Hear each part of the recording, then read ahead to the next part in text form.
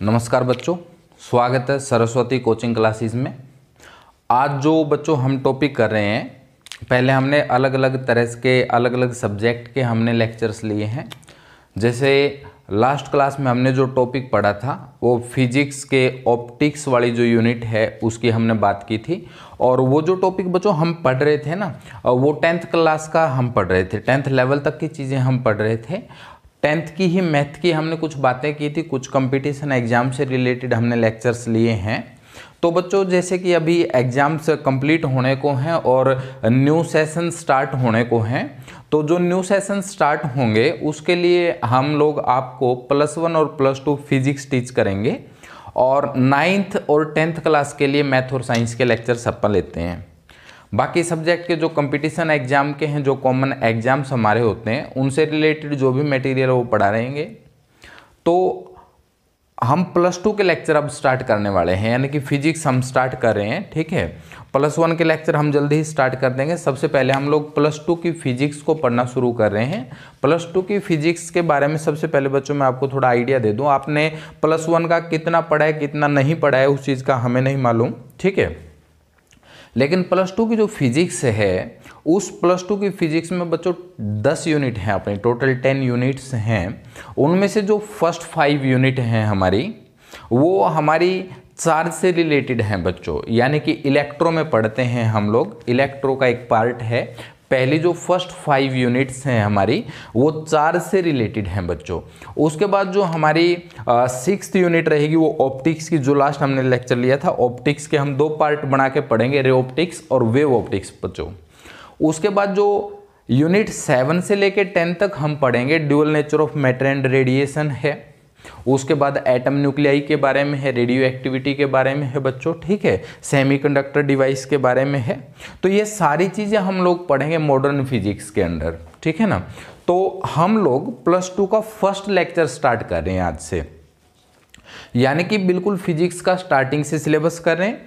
उसके अंदर जो चीज़ें हम बच्चों पढ़ेंगे वो सारी चीज़ें बेसिक पढ़ेंगे। देखिए मैं सबसे पहले आपको ये क्लैरिफाई कर देता हूँ, समझा देता हूँ कि हम सिलेबस किस तरीके से लेके चलेंगे।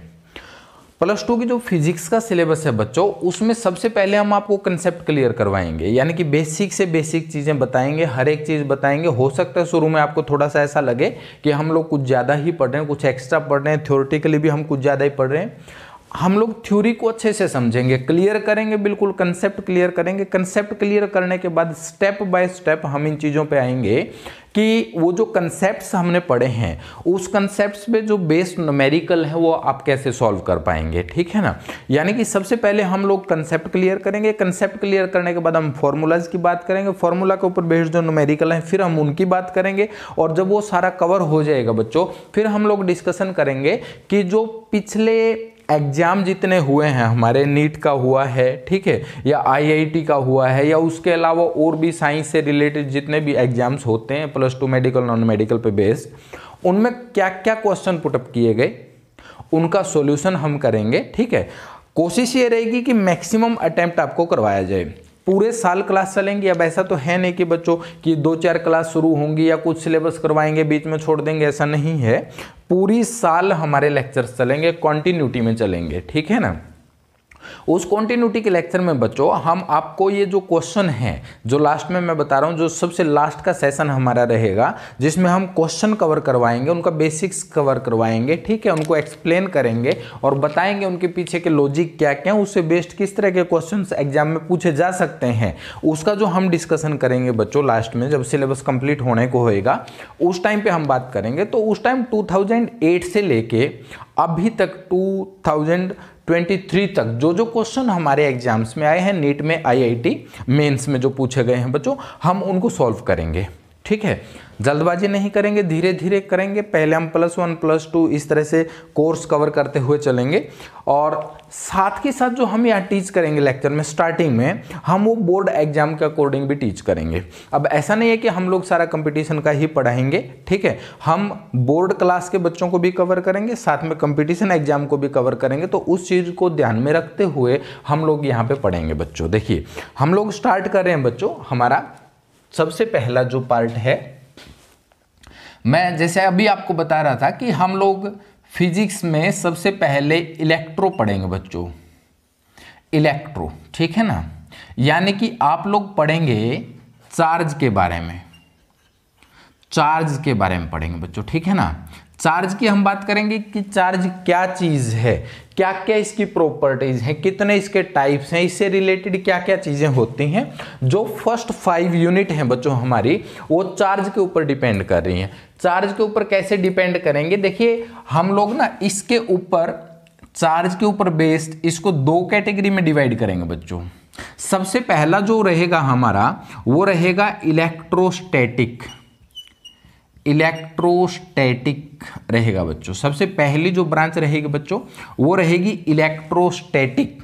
उसके बाद बच्चों अपने पास रहेगा इलेक्ट्रोडायनेमिक, इलेक्ट्रोडायनेमिक, ठीक है ना।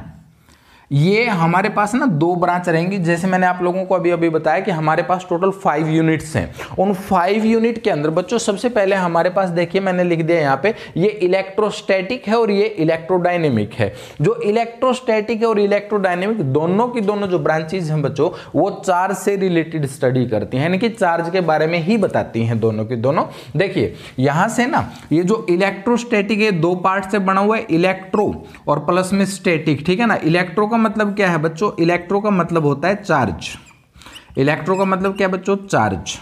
और स्टैटिक आपने पढ़ा हुआ है कि सर ये रेस्ट है, ठीक है ना, रेस्ट, ठीक।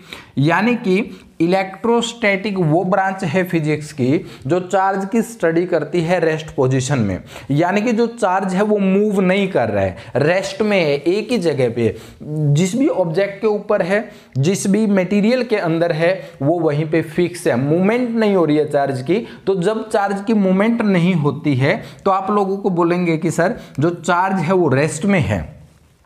और चार्ज की रेस्ट में जो स्टडी करेगी उसको बच्चों हम बोलेंगे इलेक्ट्रोस्टैटिक। दूसरा जो पार्ट है बच्चों वो है हमारे पास इलेक्ट्रोडायनेमिक।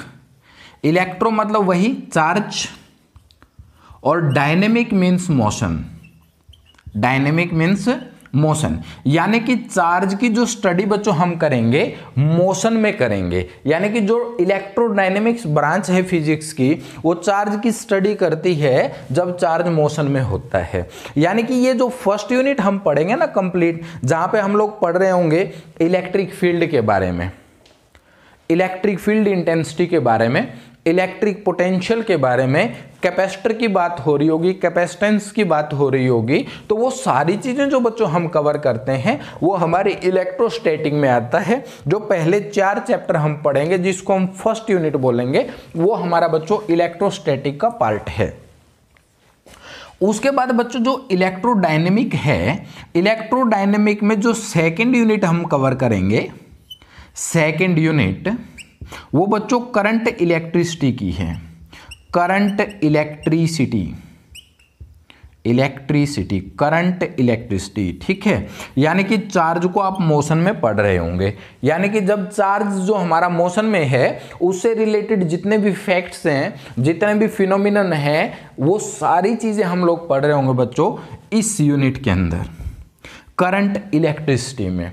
जो तीसरा पार्ट रहेगा बच्चों हमारे पास, जिसको आप थर्ड यूनिट बोलेंगे, थर्ड यूनिट में हम लोग पढ़ेंगे, यानी कि हमारे पास जो चार्ज है वो मोशन में है और मोशन में रहते हुए मैग्नेटिक फोर्स कैसे लगाता है, मैग्नेटिक फोर्स की हम बात कर रहे होंगे बच्चों, ठीक है। यानी कि जब हमारे पास चार्ज रेस्ट पोजीशन में है वो इलेक्ट्रिकल फोर्स एग्जर्ट करता है, और जब हमारे पास कोई चार्ज मोशन में होता है बच्चों उसके साथ इलेक्ट्रिक फोर्स के साथ साथ इलेक्ट्रिक फील्ड के साथ साथ वो मैग्नेटिक फोर्स और मैग्नेटिक फील्ड भी क्रिएट करता है, ठीक है ना। अभी यहाँ पे देखिए रेस्ट में जब आप पढ़ रहे होंगे सिर्फ आप इलेक्ट्रिक फील्ड की ही बात करेंगे, और जब हम लोग मोशन की बात कर रहे होंगे बच्चों तब इलेक्ट्रिक फील्ड तो होगा ही होगा, उसके साथ साथ बच्चों मैग्नेटिक फील्ड भी बात कर रहे होंगे, ठीक है ना। यानी कि थर्ड यूनिट में हम लोग चार्ज को मोशन में ही पढ़ेंगे,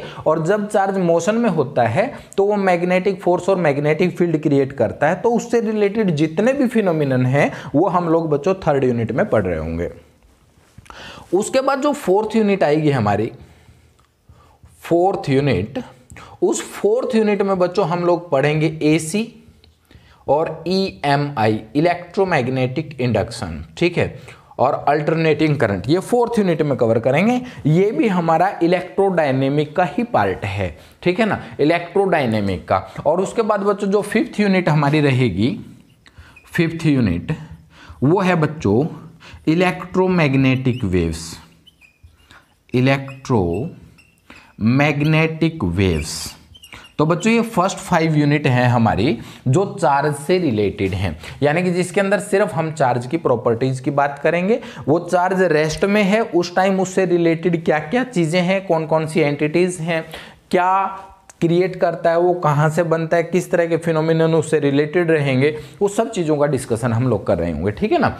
और जो इलेक्ट्रोडायनेमिक है उसके अंदर भी ये हमारी यूनिट है, 5 की 5 यूनिट में हम चार्ज की बात करेंगे। तो सबसे पहले हम बात कर लेते हैं बच्चों चार्ज क्या चीज़ है। देखिए सबसे पहले हम बात कर रहे होंगे कि व्हाट इज चार्ज, ठीक है ना। देखिए आप लोगों ने छोटी क्लासेज में एक चीज़ पढ़ी है मैटर, ठीक है ना, मैटर आपने पढ़ा है, मैटर या मटेरियल ऑब्जेक्ट कहें, ठीक है। तो मैटर में आप लोग ये पढ़ते थे कि sir anything that have mass and occupy space, ठीक है, यानी कि कोई भी ऐसी चीज जिसका मास होता है और स्थान घेरता है, यानी कि जगह घेरता है, उस चीज को हम लोग बोले थे बच्चों मैटर, ठीक है। तो हम बात कर रहे हैं बच्चों, देखिए मैटर की मैं बात कर रहा हूं, जिसको हाँ आप लोग हिंदी में बोलते हैं पदार्थ।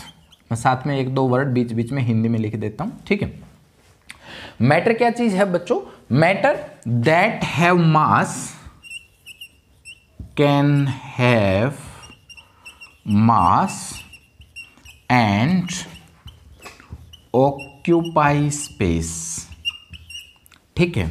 यानी कि मैटर आप उस चीज को कहेंगे जिसके अंदर मास भी होगा और ऑक्यूपाई स्पेस का मतलब होता है बच्चों वो जगह घेरता है। देखिए जिस चीज के अंदर मास होगा वो जगह जरूर कवर करेगा, यानी कि स्पेस जरूर ऑक्यूपाई करेगा, तो मैटर आप उसी चीज को बोल सकते हैं, ठीक है। ये जो चार्ज है ना बच्चों, जो चार्ज वर्ड अपन ने लिखा है, ये जो चार्ज है ये प्रॉपर्टी है मैटर की, ठीक है ना, मैटर की प्रॉपर्टी है। देखिए चार्ज क्या है, property of material object, material object, ठीक है, प्रॉपर्टी है मटेरियल ऑब्जेक्ट की। कैसी प्रॉपर्टी है, इंट्रिंसिक प्रॉपर्टी है बच्चों, इंट्रिंसिक प्रॉपर्टी, ठीक है, intrinsic property, okay. Intrinsic property है, यानी कि इंट्रिंसिक प्रॉपर्टी का मतलब फिक्स है, वो होगी ही होगी। जहां पे मास आ जाएगा ये जो इंट्रिंसिक प्रॉपर्टी यानी कि जो चार्ज है वो आ जाएगा, ठीक है। यानी कि जो चार्ज है वो मास के ऊपर डिपेंड करता है, बट जो मास है वो चार्ज पे डिपेंड नहीं कर रहे हैं। यानी कि जहां पे मास होगा वहां पे चार्ज होगा, ये श्योर है, ठीक है ना। क्योंकि क्यों होगा इसकी भी हम बात कर लेते हैं, चलो थोड़ा सा। देखिए आप लोगों ने ये पढ़ा हुआ है कि सर जो मैटर है उसका जो स्मॉलेस्ट पार्टिकल है, स्मॉलेस्ट पार्टिकल यानी कि जो छोटे से छोटा कण है, जब हम किसी भी मैटर को तोड़ना शुरू करेंगे तो जो स्मॉलेस्ट पार्टिकल आएगा बच्चों उसको आप बोलते हैं एटम, ठीक है ना। एटम क्या है, atom is the smallest particle of matter, ठीक है। बट देखिए जो एटम है उसका इंडिपेंडेंट एग्जिस्टेंस नहीं है कुछ एलिमेंट्स को छोड़ के, ठीक है ना। कुछ एलिमेंट्स तो हमारे ऐसे हैं जिसके अंदर स्टेबिलिटी है, एटम जो है इंडिपेंडेंटली एग्जिस्ट करता है बट कुछ में नहीं करता है, ठीक है। तो एटम को हम स्मॉलेस्ट पार्टिकल मानते थे पहले, लेकिन उसके बाद फिर हमारे पास इसके अंदर ना सब एटमिक पार्टिकल्स भी आए, सब एटमिक पार्टिकल्स। और वो सब एटॉमिक पार्टिकल्स कौन कौन से हैं बच्चों, आपने पढ़ा हुआ है कि एक तो प्रोटॉन होता है सर, एक न्यूट्रॉन होता है, एक इलेक्ट्रॉन होता है, ठीक है ना। प्रोटॉन है, न्यूट्रॉन है, इलेक्ट्रॉन है, ठीक है। इनके ऊपर आपने ये पढ़ा हुआ है कि सर चार्ज होता है, ठीक है। जैसे आप लोग पढ़ रहे हैं कि जो प्रोटॉन है सर, प्रोटॉन के ऊपर पॉजिटिव चार्ज होता है, यानी कि प्रोटॉन जो है वो पॉजिटिवली चार्ज पार्टिकल हम मानते हैं, इलेक्ट्रॉन को नेगेटिवली चार्ज पार्टिकल मानते हैं, और न्यूट्रॉन जो होता है वो न्यूट्रल होता है, ठीक है। वो भी हम आगे रेडियो एक्टिविटी जब हम पढ़ रहे होंगे वहां पर हम बात करेंगे कि सर इनके ऊपर पॉजिटिव नेगेटिव कहाँ से किस तरह से आते हैं, ठीक है। तो आप लोगों ने ये जो पढ़ा है कि सब एटॉमिक जो पार्टिकल है सर इलेक्ट्रॉन होता है, इसके ऊपर सर चार्ज होता है। ये जो इलेक्ट्रॉन का चार्ज है इसको हम बेसिक चार्ज मानते हैं, यानी कि इसको हम फंडामेंटल चार्ज मानते हैं। यानी कि इलेक्ट्रॉन के ऊपर जो चार्ज है, इलेक्ट्रॉन के ऊपर जो चार्ज है, इलेक्ट्रॉन चार्ज, ठीक है, जिसको हम लिख रहे हैं ई माइनस, नेगेटिव होता है, आपको मालूम है नेगेटिव होता है और वैल्यू होता है बच्चों 1.6 इंटू 10⁻⁻⁹ कूलम, ठीक है ना। ये जो वैल्यू है बच्चों इलेक्ट्रॉन के ऊपर जो चार्ज है ये बेसिक यूनिट है। इस चीज को हम लोग मानते हैं सर ये फंडामेंटल चार्ज है। क्या है? फंडामेंटल चार्ज या फंडामेंटल वैल्यू कह सकते हैं चार्ज की। आप इसको बेसिक चार्ज भी कह सकते हैं। बेसिक चार्ज, देखिए हम लोग ये मानते हैं कि सर इलेक्ट्रॉन के ऊपर जो चार्ज है वो सबसे छोटा चार्ज है, इससे छोटा चार्ज एग्जिस्ट नहीं करता। लेकिन आप लोग पढ़े हैं, हम भी पढ़े हैं, ठीक है, वो क्या पढ़े हैं कि सर जो इलेक्ट्रॉन है इससे भी छोटा पार्टिकल्स होते हैं, क्योंकि जो इलेक्ट्रॉन प्रोटॉन न्यूट्रॉन है ये खुद भी एक सिंगल एंटिटी नहीं है, यानी कि ये खुद भी एक पार्टिकल्स नहीं है, ये भी आगे छोटे छोटे पार्टिकल से मिलकर ज्वाइन होकर बनते हैं, उनके कॉम्बिनेशन से बनते हैं। जो आप लोगों ने पढ़ा है कि डिस्कवरी कर लिया है सर, क्वार्क्स हमारे पास होते हैं, एंटी क्वार्क्स होते हैं, ठीक है ना, एंटी पार्टिकल्स होते हैं इनके हमारे पास, इलेक्ट्रॉन होता है, पॉजिट्रॉन होता है, ठीक है, या फिर पायोन्स होते हैं, ठीक है। वो जो पार्टिकल हैं बच्चों वो इनसे भी छोटे हैं, इलेक्ट्रॉन से भी छोटे पार्टिकल हैं, क्योंकि क्वार्क्स के ऊपर जो होता है बच्चों 1/3e चार्ज होता है, यानी कि इलेक्ट्रॉन का 1/3 होता है, ठीक है ना। इसी तरह से जो एंटी पार्टिकल है उसका 2/3 होता है, ठीक है ना, यानी कि 33% जो होता है वो क्वार्क्स का होता है, और जो एंटी पार्टिकल है 66 या 67% अप्रोक्सीमेट उसका होता है बच्चों, ठीक है। लेकिन फिर भी हम क्या करते हैं, वो जो चार्ज है इलेक्ट्रॉन का या उसके पार्टिकल्स का, उससे जो छोटे पार्टिकल्स हैं उनके ऊपर जो चार्ज एग्जिस्ट करता है बच्चों वो इंडिपेंडेंटली एग्जिस्ट नहीं करता है, यानी कि एक अलग से क्वांटिटी की तरह नहीं एग्जिस्ट करता है, ठीक है। उसको हम इलेक्ट्रॉन की टर्म में ही लिखते हैं, यानी कि जो सबसे छोटा चार्ज है हमारा जो एग्जिस्ट करता है नेचर के अंदर, वो हम मानते हैं कि इलेक्ट्रॉन के ऊपर ही एग्जिस्ट करता है, यानी कि इलेक्ट्रॉन के ऊपर जितना चार्ज है वो बेसिक वैल्यू है चार्ज की, स्मॉलेस्ट वैल्यू है चार्ज की, वो पैकेट की फॉर्म में है, फंडामेंटल चार्ज है। यानी कि इलेक्ट्रॉन के ऊपर जो चार्ज एग्जिस्ट करता है वो स्मॉलेस्ट वैल्यू है चार्ज की, उससे कम वैल्यू हम नहीं ले सकते हैं, उसे कम डिवाइड करके नहीं ले सकते हैं, ठीक है ना। यानी कि इलेक्ट्रॉन के ऊपर जो चार्ज है बच्चों वो हमारा फंडामेंटल चार्ज है, बेसिक चार्ज है, स्मॉलेस्ट वैल्यू है, और वो एक पैकेट की फॉर्म में है। और उस पैकेट में टोटल चार्ज कितना मान रहे हैं हम लोग, देखिए आपके सामने लिखा है 1.6 इंटू 10⁻⁹ कूलम, यानी कि जो छोटी से छोटी वैल्यू हमारी एग्जिस्ट करती है चार्ज की वो इलेक्ट्रॉन के ऊपर जो चार्ज है उतनी एग्जिस्ट कर रही है। तो इन इलेक्ट्रॉन्स के ऊपर जो चार्ज है, इलेक्ट्रॉन कहाँ है? एटम के अंदर है। प्रोटॉन कहाँ है? वो भी एटम के अंदर है। और एटम जब कंबाइन होते हैं बच्चों, उन्हीं एटम से क्या बनता है? हमारा मैटर बनता है। तो इसलिए हम लोग क्या बोल रहे हैं बच्चों, जो चार्ज है वो प्रॉपर्टी है मटेरियल ऑब्जेक्ट की, क्योंकि जहां पे मैटर होगा वहां पे एटम भी होगा, जहां पे एटम होगा वहां पे चार्ज भी होगा। तो कई बार आप लोग पढ़ते हैं कि हमारे पास जो एटम है न्यूट्रल होता है, स्टार्टिंग में कोई भी एटम होता है वो न्यूट्रल होता है। वो न्यूट्रल क्यों होता है? इसका मतलब ये नहीं कि उसके अंदर चार्ज नहीं है, चार्ज उसके अंदर है, बट न्यूट्रल क्यों है? हम लोग लिखते हैं कि सर उसके ऊपर जीरो चार्ज है, तो जीरो चार्ज होने का मतलब ये नहीं कि उसके अंदर चार्ज है ही नहीं, चार्ज है उसके अंदर, लेकिन जितना उसके अंदर पॉजिटिव चार्ज है उतना ही उसके अंदर नेगेटिव चार्ज है बच्चों। जितना पॉजिटिव चार्ज है उतना ही उसके अंदर नेगेटिव चार्ज है, इसलिए वो इलेक्ट्रिकली न्यूट्रल होता है। यानी कि उसके अंदर जितने प्रोटॉन हैं, क्योंकि प्रोटॉन के ऊपर बच्चों पॉजिटिव चार्ज होता है और इलेक्ट्रॉन के ऊपर नेगेटिव चार्ज होता है, ठीक है। तो जितना उसमें पॉजिटिव चार्ज है उतना ही उसमें नेगेटिव चार्ज है, क्योंकि number of electron is equal to number of proton, number of electron is equal to number of proton. So total जो चार्ज बन जाता है बच्चों वो जीरो बन जाता है। तो इसलिए हम उसको बोलते हैं सर वो न्यूट्रल है। तो इसलिए हमारे पास कोई भी एटम स्टार्टिंग में न्यूट्रल है, उसके ऊपर कोई चार्ज नहीं है। चार्ज आएगा कैसे उसकी हम बात करेंगे, ठीक है। देखिए ये जो बच्चों चार्ज की बात की स्टार्टिंग में, ये हमारे पास स्टार्टिंग हुई थी 600 BC, 600 BC, Thales of Miletus, Thales of Miletus, ठीक है। थैलस ने बात की थी बच्चों ग्रीक फिलोसफर, ठीक है, 600 BC में। सबसे पहले वो बात कर रहे हैं चार्ज के बारे में, भी चार्ज कोई चीज़ है, चार्ज कोई एंटिटी है, चार्ज कोई प्रॉपर्टी है किसी भी मटेरियल ऑब्जेक्ट की। और वो क्या कह रहे हैं, किस तरह की प्रॉपर्टी, हमने लिखा देखिए प्रॉपर्टी ऑफ मटेरियल ऑब्जेक्ट, ठीक है ना। और इंट्रिंसिक प्रॉपर्टी है, क्या करती है, जो इलेक्ट्रिकल फोर्स एक्सर्ट करती है, यानी कि इलेक्ट्रिकल फोर्स लगाती है।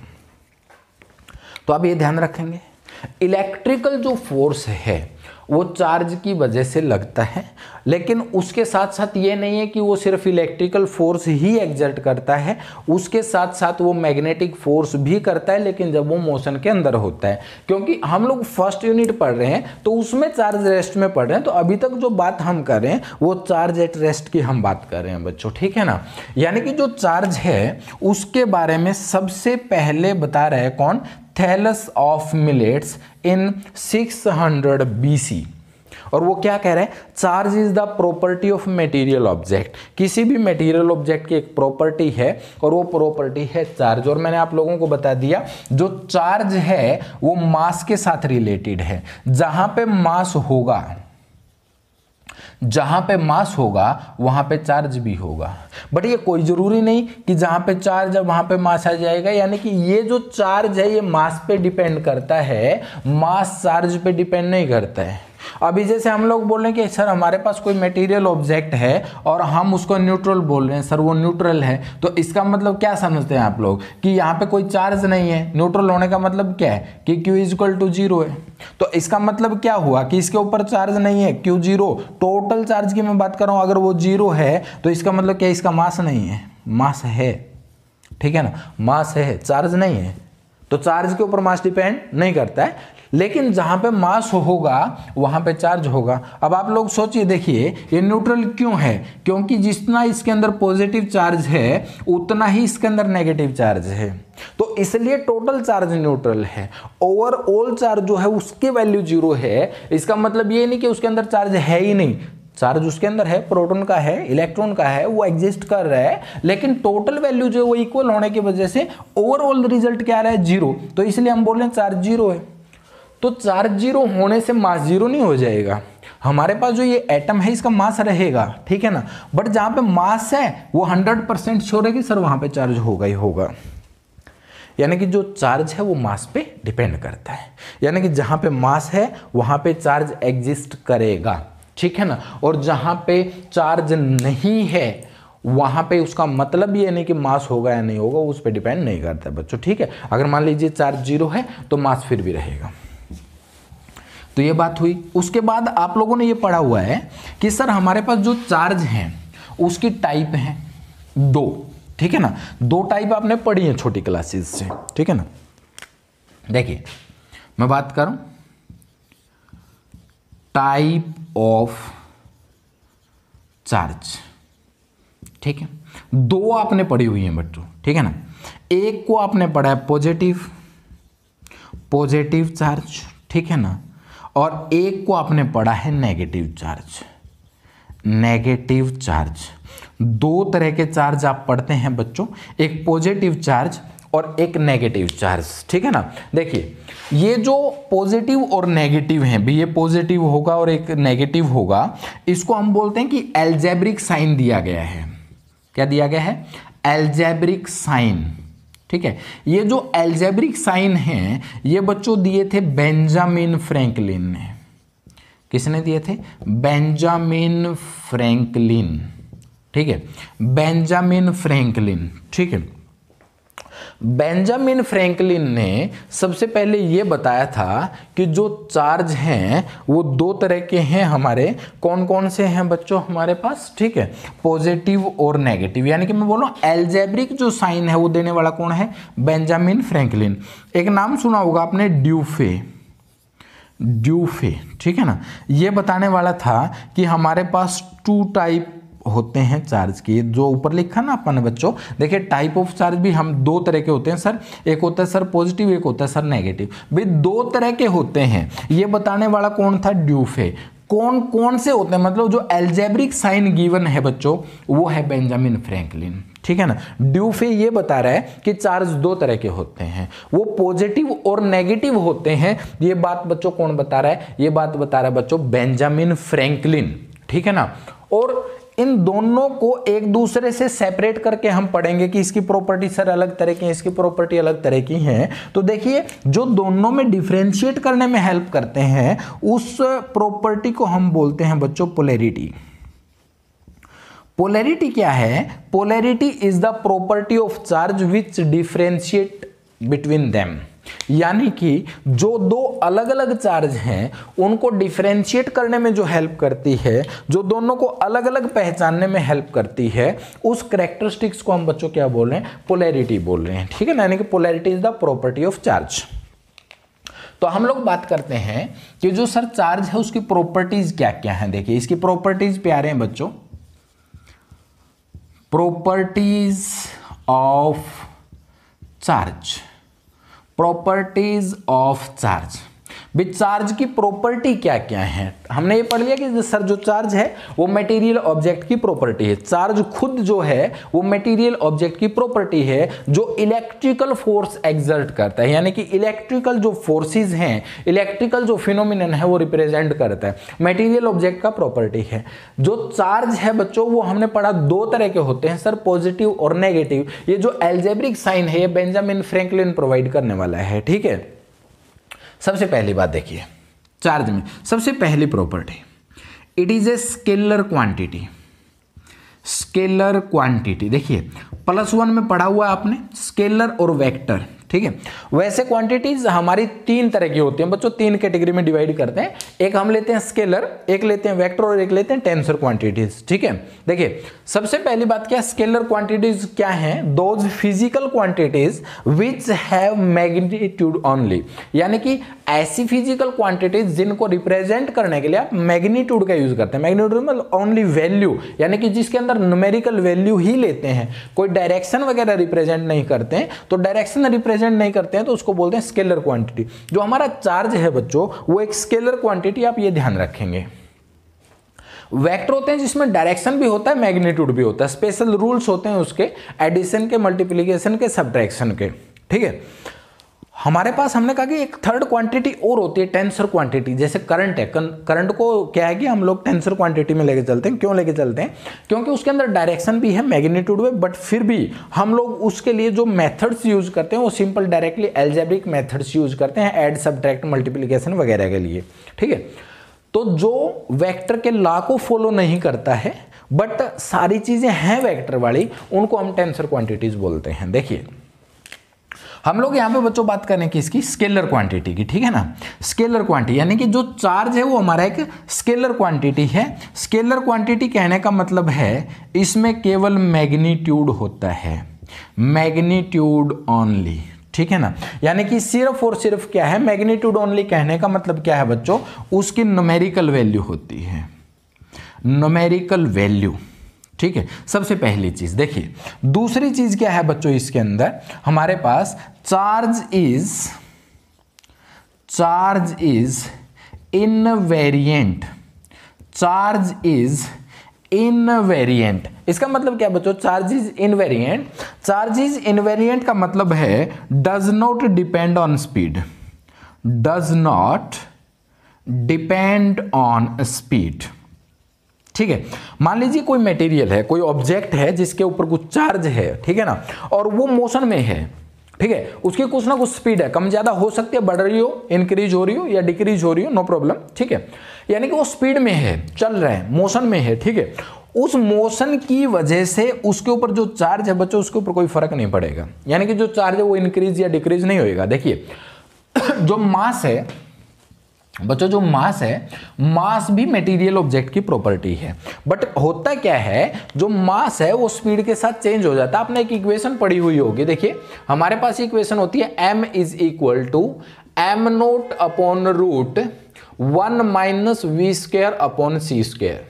ये आपने एक इक्वेशन पढ़ी होगी जिसमें आप लोग ये पढ़ते हैं कि सर जो मास है m, ये जो m नोट लिखा है मैंने, इसको आप लोग बोलते हैं बच्चों रेस्ट मास, ठीक है, रेस्ट मास बोलते हैं बच्चों इसको। v जो है वो स्पीड है और c है बच्चों speed of light, speed of light. तो जैसे जैसे स्पीड चेंज होती है किसी भी मटेरियल ऑब्जेक्ट की तो उसके साथ उसका मास भी चेंज होता है बच्चों। इस रिलेशन से देखिए ये जो v है, v क्या है, स्पीड है उस ऑब्जेक्ट की, तो जब ये v चेंज होगा तो m भी चेंज होता है, मास चेंज होता है, ठीक है ना, यानी कि जो मास है वो स्पीड पे डिपेंड करता है। यहां पे हमने क्या लिखा है, चार्ज इज इनवेरिएंट, मतलब does not depend on speed, यानी कि जो चार्ज है ये इंडिपेंडेंट होता है स्पीड पे, इंडिपेंडेंट ऑन स्पीड, ठीक है, यानी कि डिपेंड नहीं करता है, स्पीड के ऊपर डिपेंड नहीं करता है। चार्ज मटेरियल पे जितना है उतना रहेगा, स्पीड इंक्रीज हो डिक्रीज हो नो प्रॉब्लम, ठीक है, यानी कि उस स्पीड की वजह से चार्ज में कोई चेंज बच्चों नहीं आता है। ये सेकंड प्रॉपर्टी है हमारे चार्ज की। थर्ड जो प्रॉपर्टी है वो ये है कि charge is additive in nature, charge is additive in nature, ठीक है ना, यानी कि चार्ज को आप ऐड कर सकते हैं बच्चों। कैसे, देखिए थर्ड प्रॉपर्टी में यहां लिख रहा हूं, charge is additive in nature, ठीक है, एडिटिव होता है नेचर में। जैसे मान लीजिए आपके पास ये कोई ऑब्जेक्ट है और इसके ऊपर आपने चार्ज लिया, मान लीजिए चार्ज का जो रिप्रेजेंटेशन है वो Q से करते हैं हम लोग, मान लीजिए Q1 है, ये Q2 है, ये Q3 है, Q4 है, ठीक है। अभी इनकी पोलैरिटी नहीं ले रहा हूं मैं, डायरेक्ट चार्ज मैंने लिखा है, पोलैरिटी किसी की भी हो सकती है। देखिए मान लीजिए पॉजिटिव है या नेगेटिव है, मान लीजिए ये भी नेगेटिव ये पॉजिटिव है, और मैं आपसे पूछ रहा हूं कि टोटल चार्ज Q कितना होएगा, ठीक है ना, इस बॉडी के ऊपर, पूरी बॉडी के ऊपर। तो आप लोग क्या करेंगे, Q1 प्लस में Q2 प्लस में Q3 प्लस में Q4 सभी को आप ऐड कर देंगे, लेकिन ध्यान रखेंगे जो उनका एल्जेब्रिक साइन दिया हुआ है बच्चों वो आप साथ में लेके चलेंगे। तो इस तरीके से आप लेके चलेंगे, ठीक है, यहां से ये पॉजिटिव है ही, यहाँ पे ये नेगेटिव तो आगे नेगेटिव लगा देंगे, इस तरीके से, यानी कि एल्जेब्रिक साइन आप साथ में लेंगे बट ऐड करके टोटल वैल्यू आपके पास आ जाएगी। तो इसका मतलब charge is additive in nature, यानी कि चार्ज को आप डायरेक्टली ऐड कर सकते हैं having algebraic sign with them, ठीक है ना। लेकिन ये आपने ध्यान रखना है कि उनका एल्जेब्रिक साइन आपने साथ में लेना है। जोड़ सकते हैं, सीधा जोड़ सकते हैं, आपने टोटल वैल्यू निकालनी है, जोड़ सकते हैं सभी को, ठीक है, जोड़ के टोटल वैल्यू आ जाएगी, लेकिन उसके लिए एल्जेब्रिक साइन आपने बच्चों साथ में लेके चलना है, ठीक है, ये आपने ध्यान रखना है। Charge is additive in nature, ठीक है। उसके बाद देखिए बच्चों फोर्थ प्रॉपर्टी क्या है। फोर्थ प्रॉपर्टी हमारे पास है quantization, quantization of charge, quantization of charge, ठीक है। क्वांटाइज का मतलब क्या है, टोटल वैल्यू, यानी कि पैकेट्स की फॉर्म में। देखिए बच्चों हमारे पास किसी भी ऑब्जेक्ट के ऊपर, मान लीजिए कोई ऑब्जेक्ट है और वो ऑब्जेक्ट स्टार्टिंग में बच्चों हमारे पास कैसा था, वो था बच्चों न्यूट्रल, ठीक है ना, कैसा था, न्यूट्रल था। न्यूट्रल होने का मतलब क्या है कि सर उसके ऊपर नेट जो चार्ज था, मैं बात कर रहा हूं बच्चों नेट चार्ज की, जो नेट चार्ज है वो जीरो है। न्यूट्रल होने का मतलब बच्चों क्या है, नेट चार्ज जीरो है। बट इस न्यूट्रल के अंदर आप ध्यान रखेंगे सर इसके अंदर प्रोटॉन भी हैं और सर इसके अंदर इलेक्ट्रॉन्स भी हैं। इलेक्ट्रॉन के ऊपर अपने पास नेगेटिव चार्ज है बच्चों, कैसा है, नेगेटिव चार्ज है, ओके, और जो प्रोटॉन है उस पर पॉजिटिव चार्ज है, पॉजिटिव चार्ज। और स्टार्टिंग में अपने पास क्या है, दोनों की वैल्यू सेम है, यानी कि जितने प्रोटॉन्स हैं उसके अंदर उतने ही इलेक्ट्रॉन्स हैं, तो इसलिए जितना उसके अंदर पॉजिटिव चार्ज है उतना ही उसके अंदर बच्चों क्या है, नेगेटिव चार्ज है। तो क्या होता है कि जो प्रोटॉन है ये तो न्यूक्लियस के अंदर है, प्रोटॉन कहाँ है बच्चों? न्यूक्लियस में। और जो इलेक्ट्रॉन्स हैं वो कहाँ हैं? वो सेल्स के अंदर। आपने +1 में भी पढ़ा होगा, केमिस्ट्री में भी पढ़ा है, +2 में भी पढ़ रहे हैं, ठीक है। देखिए वो सेल्स के अंदर होते हैं। अब जो सेल्स हैं इसमें दो तरह के सेल हमारे हैं। एक तो है हमारे पास इनर सेल्स, ठीक है। एक हमारे पास है आउटर सेल्स, ठीक है। ये जो आउटर सेल हैं इन्हीं को आप लोग वैलेंस सेल भी बोलते हैं, वैलेंस सेल, ठीक है ना। अब ये जो वैलेंस सेल हैं हमारे पास, ये सबसे बाहर वाले सेल में है। वैलेंस का मतलब आउटर, सबसे बाहर वाले सेल में है। तो कई बार क्या होता है कि ये जो वैलेंस इलेक्ट्रॉन है, बाहर से जब इनको एनर्जी मिल जाए, बाहर से एनर्जी ले लें, बाहर से ऊर्जा ले लें, तो ये उस एटम को छोड़ के बाहर जा सकते हैं। और कई बार क्या होता है, कोई एटम बाहर से भी इलेक्ट्रॉन को ले लेता है, यानी कि इलेक्ट्रॉन का ट्रांसफर होता है। इलेक्ट्रॉन का ट्रांसफर क्या होता है बच्चों? इस तरह की प्रोसेस में transfer of electrons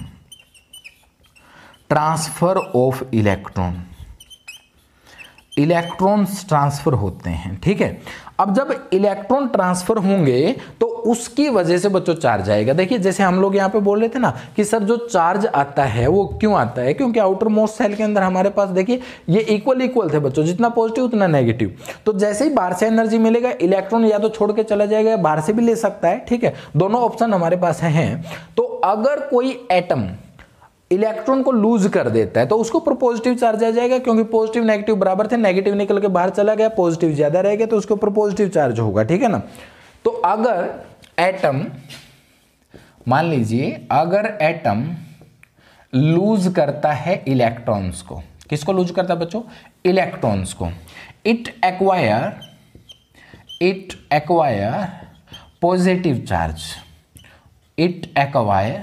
positive charge, यानी कि अगर कोई एटम इलेक्ट्रॉन को लूज करता है बच्चों, उसके ऊपर क्या आ जाएगा? पॉजिटिव चार्ज, ठीक है।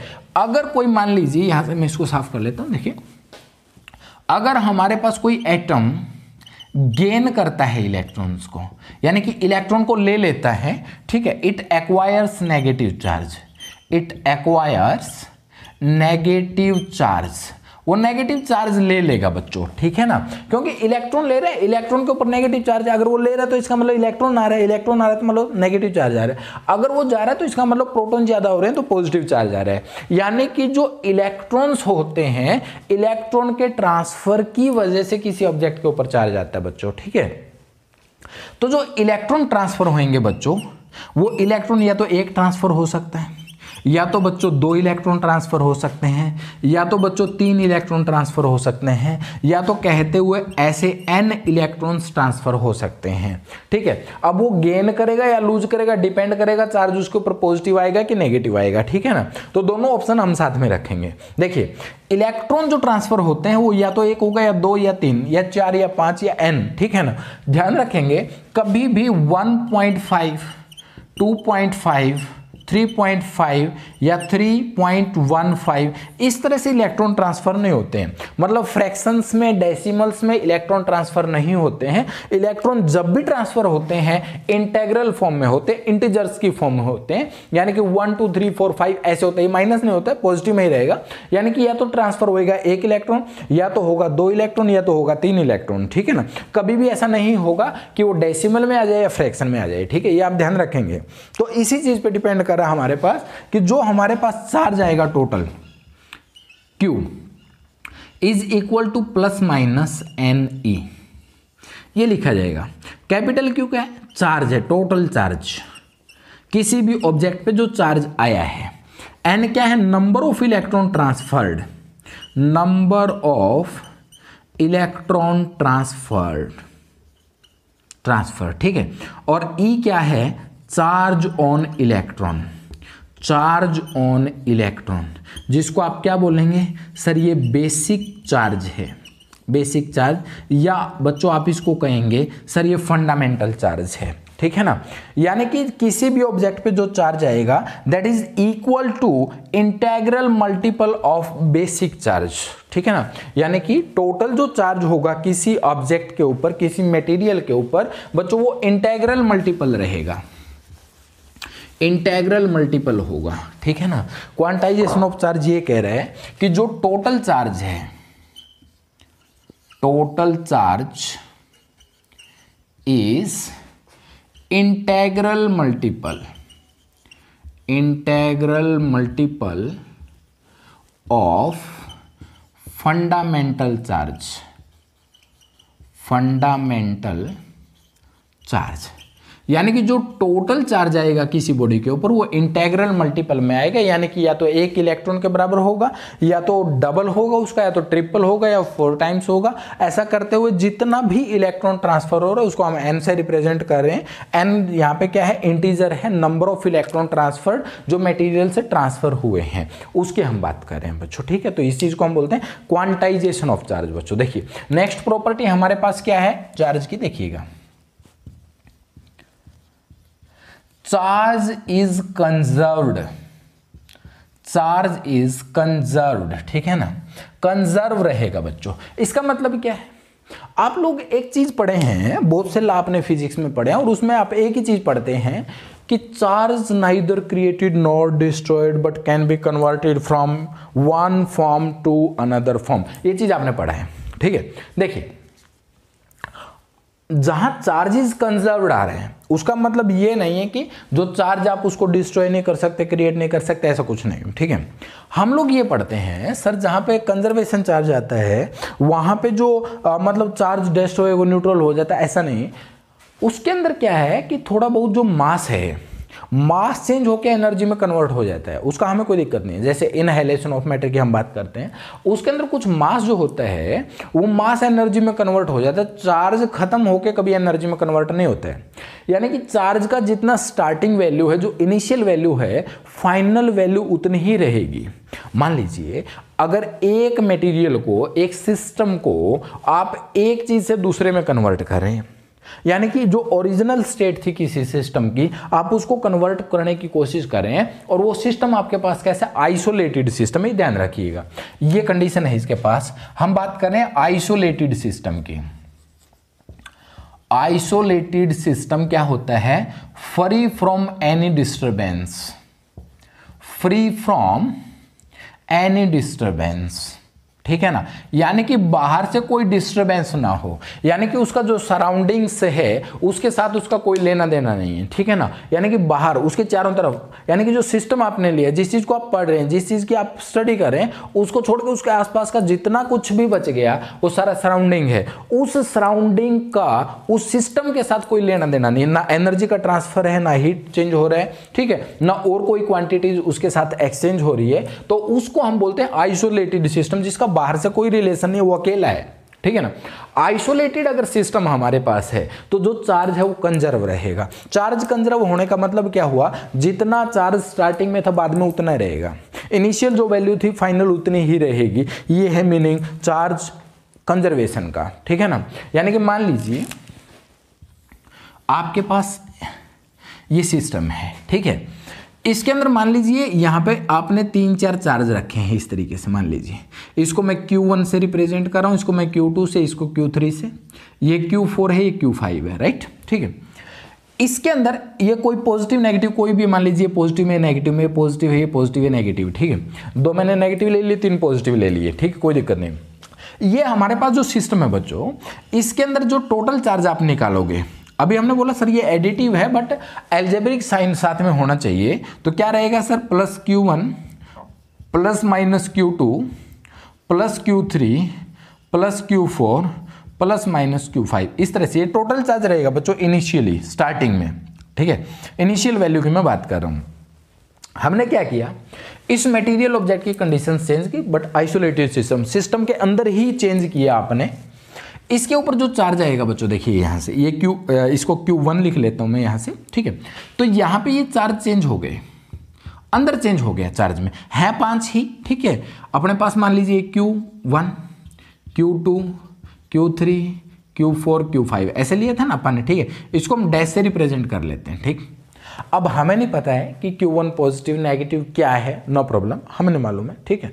हम लोगों को इनमें से देखिए ये जो वैल्यू है, यहाँ से अगर मैं टोटल चार्ज निकालता हूँ, मान लीजिए Q डैश या Q2 लिख लेता हूँ इसको, तो हमारे पास रहेगा सर Q1 डैश प्लस में Q2 dash, Q3 dash plus Q4 dash plus Q5 dash. देखिए बच्चे, ये हमारे पास फाइनल वैल्यू है। अगर हम कोई चेंज करते हैं सिस्टम के अंदर, ये फाइनल वैल्यू है, ये हमारे पास बच्चों इनिशियल वैल्यू है। तो ये जो वैल्यू है और ये जो वैल्यू बच्चों सेम रहेगी, यानी कि Q1 is equal to Q2। अब देखिए, इसके अंदर चेंजेज हो सकते हैं, इनके अंदर चेंजेज हो सकते हैं, बट टोटल जो वैल्यू है Q1 और Q2 वो हमेशा इक्वल रहेंगी। तो इसको हम बोलते हैं बच्चों charge is conserved in nature, ठीक है ना, कंजर्वेशन ऑफ चार्ज। मतलब जो इनिशियल वैल्यू है, जो टोटल वैल्यू है बच्चों, वो उतनी ही रहेगी, ठीक है, वो चेंज नहीं होती है। बट चार्ज की इंडिविजुअल जो वैल्यू हैं, अलग अलग जो वैल्यूज हैं, वो चेंज हो सकती हैं बच्चों, ठीक है।